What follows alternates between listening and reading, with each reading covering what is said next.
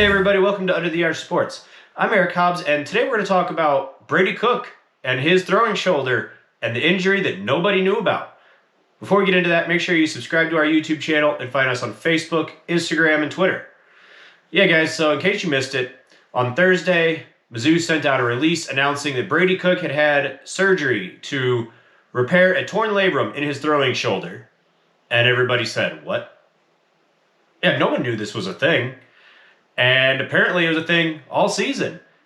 Brady Cook sustained this injury during the Kansas State game, the second game of the season. So he played the entire rest of the regular season and the bowl game with a torn labrum in his shoulder. It's stunning, honestly. That's no one was expecting. This is completely out of left field. So with this surgery, Brady Cook is out for spring ball. He will be on the mend past spring ball and will presumably begin throwing a football shortly after spring ball ends. And Sam Horn will be QB1 for all of spring ball. And throughout the summer until Brady Cook is good to start taking reps, I guess. It's Sam Horn and really walk-ons. That's it. Think back to the scholarship quarterbacks of a year ago. Cook's on the shelf. Tyler Macon's gone. Jack Abraham graduated. It's Sam Horn and walk-ons for spring ball, so buckle up, I guess. Now, we don't know if this was a partial tear of his labrum or if Cook tore his labrum completely. And we're going to discuss the different scenarios there in just a minute here. I do want to take a look at a couple different perspectives on this. The first one is the bad luck perspective. And it is bad luck. This makes 2 years running for Eli Drinkwitz to have his starting quarterback get hurt and play through it for most of the season. You remember it back to 2021, Connor Bazelak, bum hamstring, and he was essentially a statue in terms of mobility, and it affected all the mechanics of his throwing motion, and it affected his quarterback play overall. Now look back to 2022. Brady Cook is throwing shoulder. He missed so many throws. Were every single one of those throws because of his bad shoulder? Almost certainly not. Were some of his throws missed because of his throwing shoulder? Probably yes. So now Mizzou fans have to take Brady Cook's 2022 performance with at least some degree of salt. You have to take it into consideration. It's stunning, honestly, to look back on, knowing this now. And you have to wonder, what would Brady Cook have been like as a quarterback if he were healthy? You have to think he would have been at least somewhat better. And if you look back at that, well, is somewhat better. What would it have looked like? Is Mizzou sitting 7-5, 8-4, heading into bowl season? It's impossible to know. But there's a strong indication to think that, yeah, he'd be a little bit better, and maybe Mizzou does win that 7th game in the regular season. There's no knowing. Also, did Drinkwitz knowing about this injury, did that impact play calling and overall strategy within a game? You have to think so. Maybe the reason there weren't as many deep shots was because they were worried about Brady Cook underthrowing guys. I know there were a lot of home run balls that he overthrew, that maybe those were because he didn't have the strength to get the ball there with enough time in the air and to drop it in there. He had to throw a laser beam. Maybe, I don't know. But point is, it's a possibility.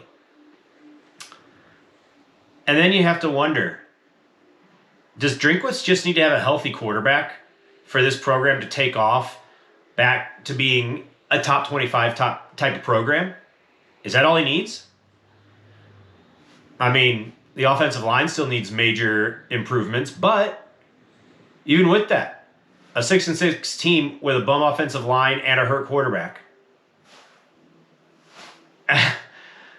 it just raises more questions. that hopefully a year of a healthy quarterback can kind of address. We'll see. Now there's the other perspective here, and this, I don't know what to call it. You call it ineptitude, you could call it Drink's an idiot, you could call it rolling the dice. I don't know. I think everything I've said to this point is valid and true, but this is kind of where I'm at.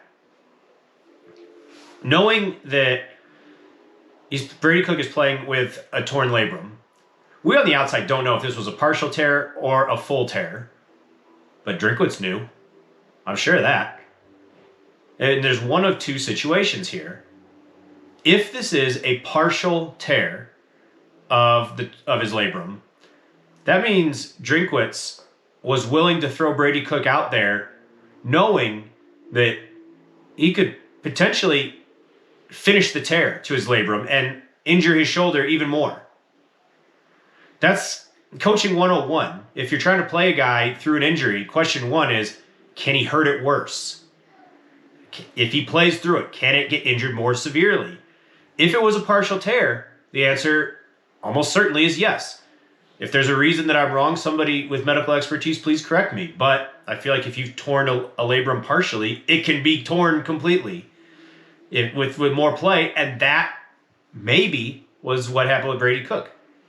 Or it was already fully torn and there really wasn't any more damage that could be done.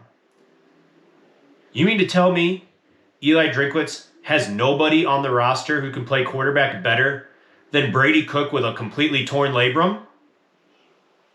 Really? That is inexcusable, unacceptable, pathetic for year 3 of a football program, especially when the transfer portal is a thing. That's bad.